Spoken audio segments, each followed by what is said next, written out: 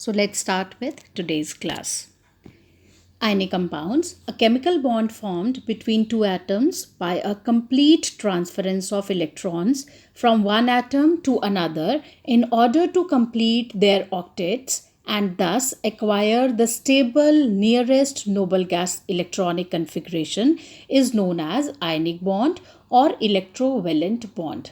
The number of electrons lost or gained by the atom is called its electrovalency. The compounds thus obtained are known as ionic compounds or electrovalent compounds. See children, if you remember in the previous lecture, I had discussed with you how metals and non-metals combine with each other. Those were all the examples of ionic bonds. If you remember, I told you also that ionic compounds, the properties we are going to discuss in the next class. So today we'll be talking about the details of the properties of ionic compounds. So the compounds formed by the transference of electrons from a metal to a non-metal are called ionic compounds, and these are also called as electrovalent compounds. Now, to discuss the details of properties of ionic compounds or electrovalent compounds, first of all, physical nature. They are solid and hard, generally brittle. Please, I am explaining you. Try to understand what do we mean by the physical nature of ionic compounds. See children, most of the ionic compounds are crystalline solids. Ionic compounds are relatively hard because of the strong electrostatic forces of attraction between the oppositely charged ions, that is positive and negative ions. These compounds are generally brittle and break into pieces when pressure or force is applied. We can do the experimental verification of this property here. See, take samples of sodium chloride, potassium chloride, or any other salt from your science lab. We'll be going to the lab and doing this. We observe that all are solids and are brittle. So, what do you mean by crystalline solids? Crystalline solids are the solids in which the constituent particles have a regular arrangement in the three-dimensional space. The regular arrangement of the ions in the three-dimensional space is called a crystal lattice. For example, sodium chloride has a cubic lattice. The figure is given in your NCRTs. You can see those figures that cube lattice, or the you may say cubic lattice, is formed. Now, melting and boiling points. They have high melting and boiling points. This is because in the ionic compounds, the oppositely charged ions are held together by strong electrostatic forces of attraction. Thus, a considerable amount of energy is required to cut off the strong inter-ionic forces of attraction and break them into ions. Here also, if we want to experimentally verify it, you can take a small amount of any of the salts and maybe in a test tube, and maybe in any other Pyrex, dry Pyrex kind of apparatus which can withstand with high temperature. Hold it in a test tube holder and heat it over the burner. You can observe it that melting of these salts is very difficult, which shows that they have high melting and boiling points. Now, the third property is solubility. Ionic compounds are generally soluble in water, which is a polar solvent, but insoluble in organic solvents like benzene, alcohol, ether, kerosene, etc. Experimental verification for the solubility: shake the samples of the salts in water, alcohol, petrol, kerosene oil taken in test tubes separately, and you can observe that the salts are soluble in water but are insoluble in other solvents. So children, here you have to remember that the solubility of ionic solids in water is due to the polar nature of water molecules. The water molecules attract the oppositely charged ions of the ionic solid, which weakens the forces of attraction between the ions. Thus, the ions are surrounded by water molecules and are said to be hydrated. The next property here is the conduction of electricity, which can be called as electrical conductivity also. The conduction of electricity through a solution involves the movement of charged particles. Ionic compounds in the solid state do not conduct electricity because the oppositely charged ions are held together by strong electrostatic forces of attraction and are not free to move due to their rigid structures.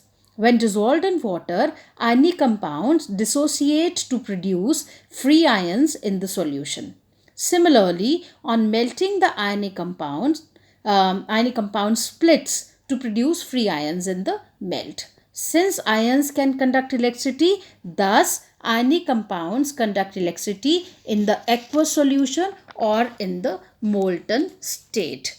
For this also, you can experimentally verify it. You just have to take a beaker and dissolve any of the salts into it, and you just have to set a circuit in which you will be taking two electrodes attached to the positive and the negative terminal of the battery. Put a bulb and a switch to this connection, and on switching the current, the bulb starts to glow, which indicates that the salt solution conducts electricity. Here, children, we can talk about one more property, that is ionic reactions. Since ionic compounds form free ions in the solution, thus reaction between two ionic compounds means the reaction between their ions. Since oppositely charged ions combine very quickly, hence these reactions are quite rapid. So this is how we talked about the properties of the ionic compounds. Now let's talk about something about occurrence of metals. Children, try to understand one thing. Metals occur in nature in various forms. These are found in nature either in the free state or native state, that is as free elements, or in the combined state, that is in the form of their compounds. The least reactive metals such as gold, platinum, silver and copper, which are at the bottom of the reactivity series in the free state. They are in the free state, that is the free elements, while the highly reactive metals such as potassium, sodium, calcium, which are at the top of the reactivity series, are never found in the free state but are always found in the combined states. The metals in the middle of the reactivity series such as zinc, iron, lead are also generally found in the combined state. Copper and silver being at the top of the metals at the bottom, that is just below hydrogen, are found in the free state as well as in the combined state as their sulfide or oxide ores. Here you just have to understand something very important, that the earth's crust is the major source of metals. All the metals are generally found in the earth's crust. So we have to extract those metals from their ores. And here you have to understand two terms very important for the metallurgy. One is mineral and another is ores.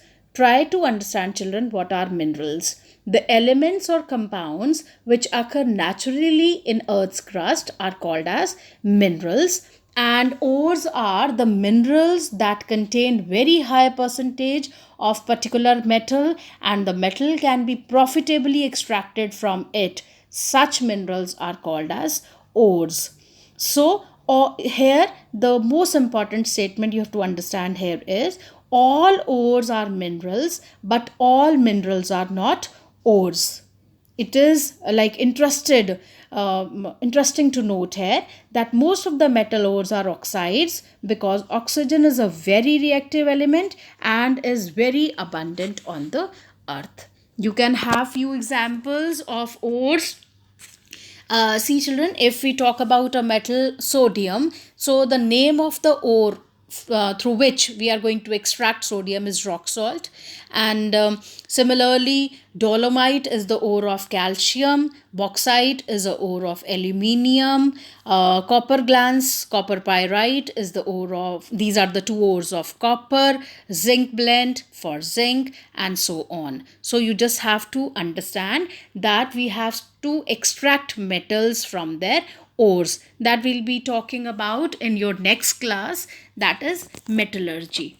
So, extraction of metals from ores will be discussing under these three headings. First of all, how the enrichment of ores is done, then how the metals are extracted, and later we'll be discussing about the refining of metals.